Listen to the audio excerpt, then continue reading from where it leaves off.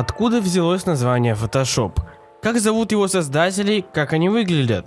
И каким образом он стал частью компании Adobe? На эти и другие вопросы сегодня мы с вами постараемся найти ответы. Это будет довольно сложно, но мы справимся. С вами, как всегда, я, Дориан Корнет. Ну, я думаю, мы не будем медлить.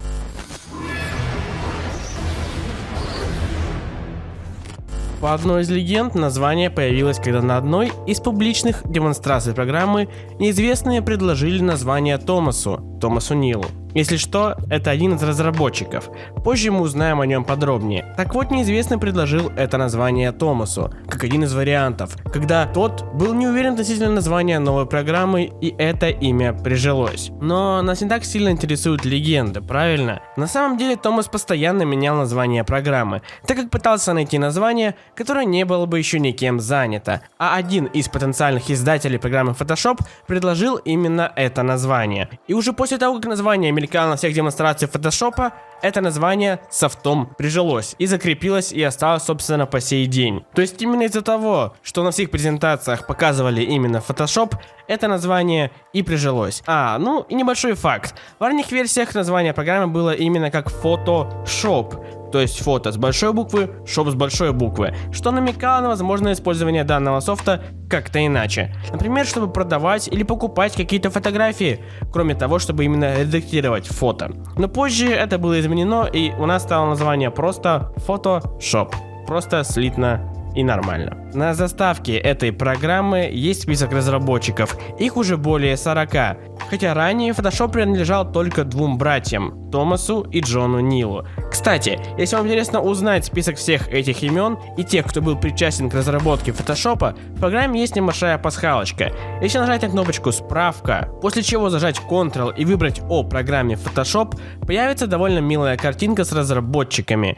Именно именами разработчиков. К слову, это изображение меняется каждую версию, так что, возможно, если ты попробуешь это прямо сейчас, у вас там будет что-то другое, более интересное, чем у меня. Но не будем отвлекаться. С детства отец привил этим двум братьям любовь к искусству и компьютерной технике. В фотолаборатории отца, которая была расположена в подвале, Томас Нолл изучал основу цветокоррекции и контраста, а Джон в это же время с интересом ковырялся в стареньком компьютере Apple. Если что, Apple — это ранний персональный компьютер, первый компьютер, разработанный тогда еще не особо большой компанией Apple Computer. Возможно, первый персональный комп, который продавался именно уже в собранном виде. Он был выпущен в июле 1976 года и выпускался всего год. В 1984 году их отец купил один из первых Macintosh. Если что, Mac и Apple — это немножко разные вещи, это разные ветки компьютеров. Функциональные возможности не впечатлили братьев, даже их разочаровали. Именно это и положило начало созданию программы, которая в будущем принесет прибыль в миллионы долларов и которую вы все знаете. Первая версия компьютера Macintosh разочаровала не только братьев Нолл. Многие сравнивали его с Apple II, вышедшим незадолго до этого. И в отличие от нового компьютера, он имел открытую архитектуру. А люди, любят менять характеристики компьютера по своему усмотрению. Но Apple уже тогда начинали вводить закрытую архитектуру. И, кстати, именно вследствие этого были падения продаж нового компьютера у Apple, и Стива Джобса уволили с поста главы Apple. Что довольно забавно. До 1987 года Джон Нолл работал в ILM Industrial Light and Magic, подразделении фирмы Lucasfilms, которые создавали эффекты для Star Wars. Я думаю, уточнять, что это такое, не нужно. Томас в это время писал диссертацию о процессе обработки изображений. Получение степени кандидата наук для него было самым, мать его, важным в это время. Он окончательно разочаровался в новеньком Apple Mac Plus, монитор которого не мог отображать полутоновые изображения. И Томас приступил к написанию программы, которая все это бы исправила. Как ни странно, в ILM Джон также работал над процессом обработки изображений. Пораженный успехами брата, Джон предложил Тому объединить усилия. В своей книге «Основы компьютерной графики» Джон писал: «Как только увидел результаты работы Томаса, я вспомнил программное обеспечение, которое было в студии Pixar. Сходства были просто огроменные. С этого момента они начали совместную разработку более крутой, сложной и офигенной программы, которую вследствие нарекли Display. Ох, знали бы они, сколько раз им еще придется поменять название этой программы. Немного времени спустя Джон приобрел новый Macintosh 2 с цветным экраном и убедил Томаса переписать дисплей для работы с цветными изображениями. Работа над программой Томаса его отвлекала диссертация, но все же он был этому рад. Том разработал инновационные методы выбора отдельного участка изображения и последующей работы с ним. Также он разработал набор приложений для обработки изображений. То есть он добавил такие штуки, как настройки тонов, функции управления балансом, управления оттенками и насыщенности, в общем, levels, hue and saturation и так далее. Эти функции тогда присутствовали только в Photoshop. В 1988 году дисплей переименовали в Image Pro. Программа была современной на то время, Джон надеялся, что у них есть шанс продать ее, Томас же был против этого. Кроме того, он не закончил свою, мать его, диссертацию, которую он все еще делал. И для разработки завершенного программного продукта потребуется еще много времени и труда. Так и начались поиски инвесторов, одним из результатов которых и стало знаменитое на весь мир название программы Photoshop, о чем мы говорили в начале. А на то время всего лишь одной компании было по силам купить программу Photoshop. Это была Adobe. Но тогда они не нашли решения, которое бы удовлетворило и одну сторону, и другую.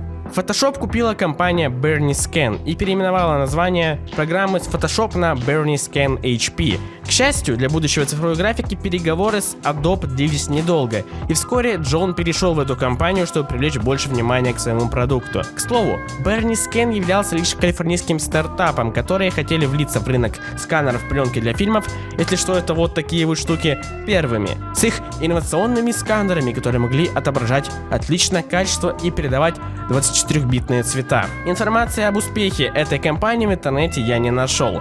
Следовательно, можно смело заявить, что компания Adobe спасла прекрасный продукт от краха и купила его. Все-таки 200 проданных копий программ — это было уж больно печально, так как именно под началом Bernie Scan Photoshop купили всего 200 человек.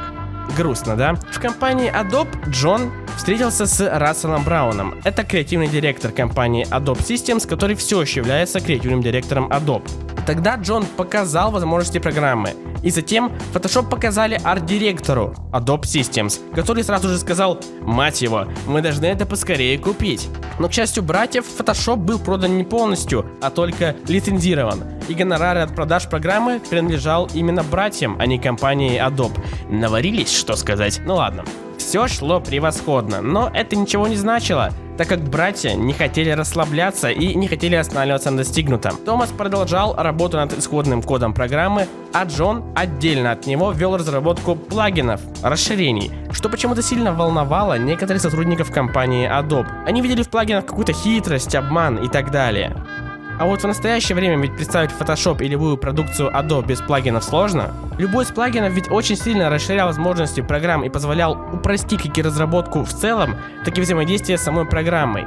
И Джон был одним из тех, кто в итоге протолкнул идею плагинов и расширений в компанию вместе со своим продуктом, так как почему-то компания Adobe относилась к расширениям с каким-то таким пессимистичным отношением. И странности на этом отношении не закончились. Некоторые сотрудники являлись сторонниками строгого соблюдения правил и заявили, что расширения и плагины для Photoshop не соответствуют стандартам и все портят. В то же время как другие говорили, что расширения могут сделать программу более гибкой, настраиваемой и более полезной. В общем, началась такая небольшая внутренняя война. И до самого последнего момента, перед финальной версией программы, все еще она дорабатывалась и усовершенствовалась, так как все разработчики старались внести от себя свой максимум.